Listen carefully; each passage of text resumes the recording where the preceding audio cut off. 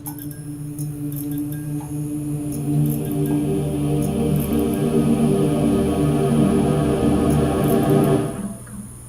right, today we're going to work on making a sword, and in order to understand a sword, you have to understand the different parts of it. And there's so many different types of swords out there, but I'm going to use just kind of a long sword basis. And one of the things is it's the pommel, and the pommel is basically everything that holds everything tight, the handle, the hilt, and all that stuff.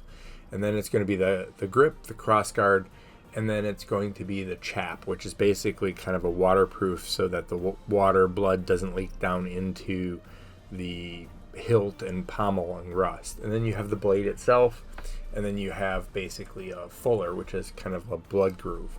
And then out of that there's two parts, which is the blade, and then it's the hilt. Now those parts, once we have those parts, once we understand that, then we need to basically sit down and think about our base design.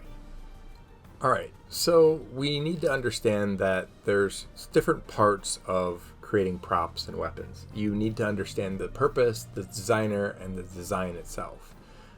And so basically those kind of thoughts gives you a base idea. And so we're doing attacking, and it's a weapon, that's not decorative or something like that. We're going to do a long sword, and I want to do fire and lava, and then I want to create a dwarven sword.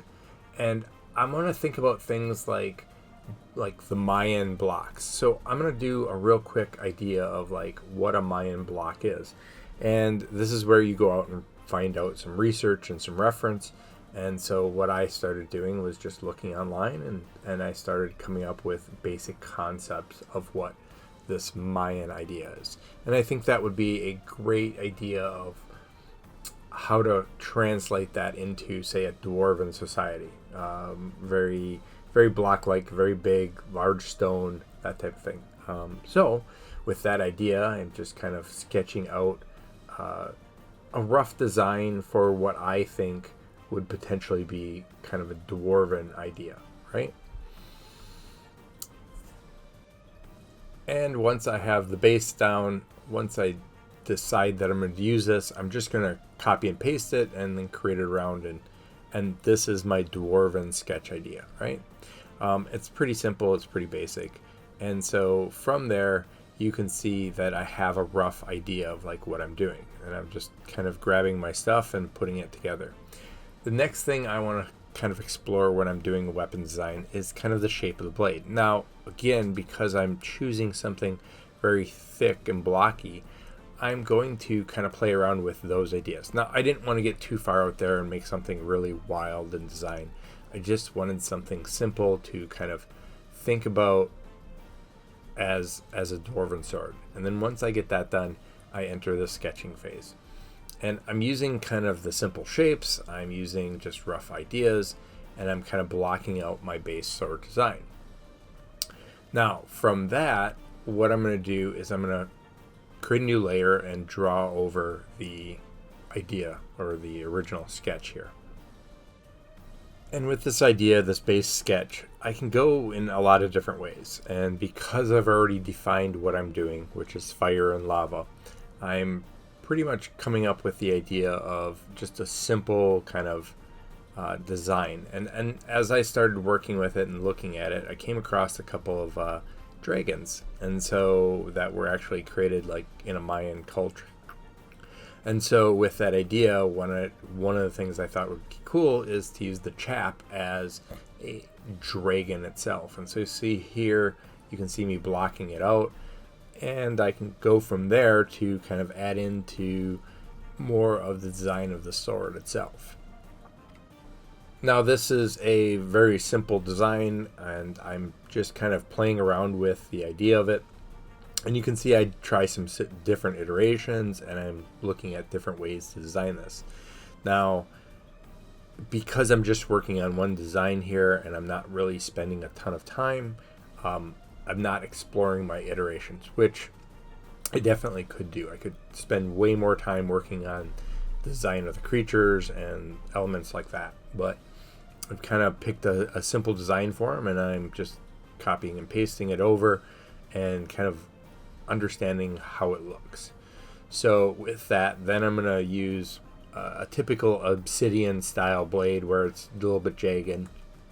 And then from there, I'm going to add in what I thought would be the lava that's in the blade. I'm going to add that in there, and I'm going to kind of add in a little bit more decoration, a little bit more kind of spread out like it's flame that's in a blade. Now this is just, again, this is a simple idea, and I'm just blocking in this idea.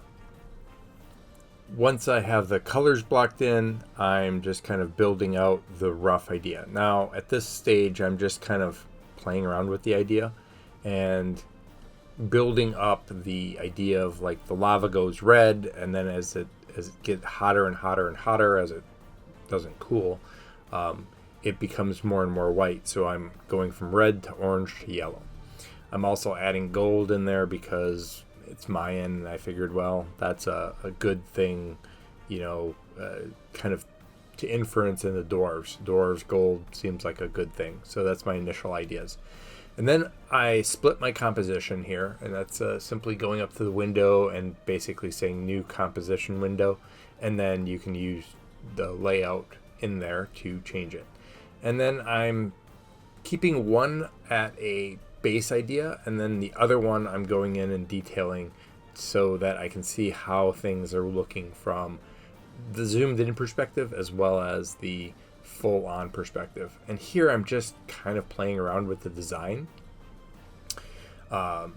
This is just a simple kind of rough sketch. Now, if I were thinking about it while I did this, I would have probably used the symmetry options to make this all perfect, but I just kind of sketched it out real quick.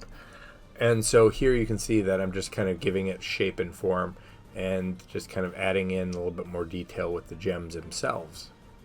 This kind of detail doesn't necessarily read as well on the smaller version. It works just for kind of, I want it to pop out, so I'm creating more emphasis on the lower end version.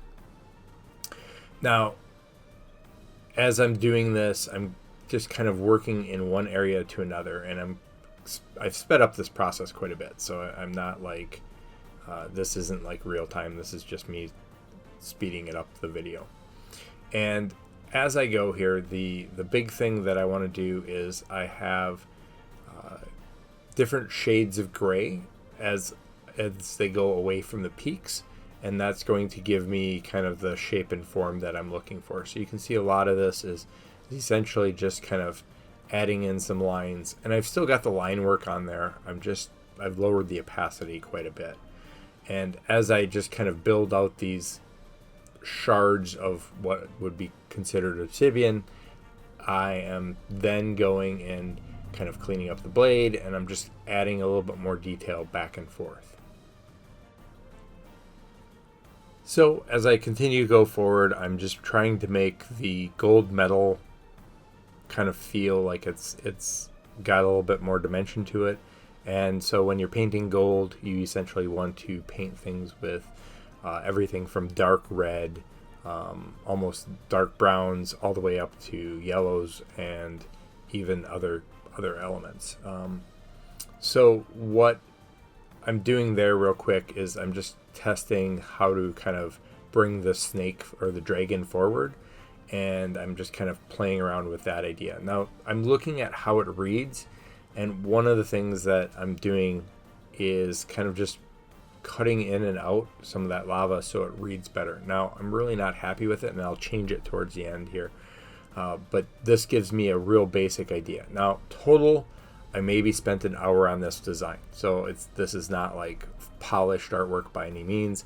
It's just me kind of doodling and going from there. But it does give you an idea of like how to kind of go about designing something different and kind of playing with different ideas. Now, I keep jumping back and forth between different parts to try and really push a little bit more of the almost dimension of the blade itself. That means pushing forward little things like the obsidian to make it look a little bit sharper and like it's more defined, and as well as going back in the gold and adding in a little bit more detail to kind of break things up. you want to use highlights where the light's reflecting, and you want to use the dark shadows to kind of push in the recesses where the light's not hitting at all. So I'm also using a little shade to kind of pop out some of the different parts and give it a little bit more dimension.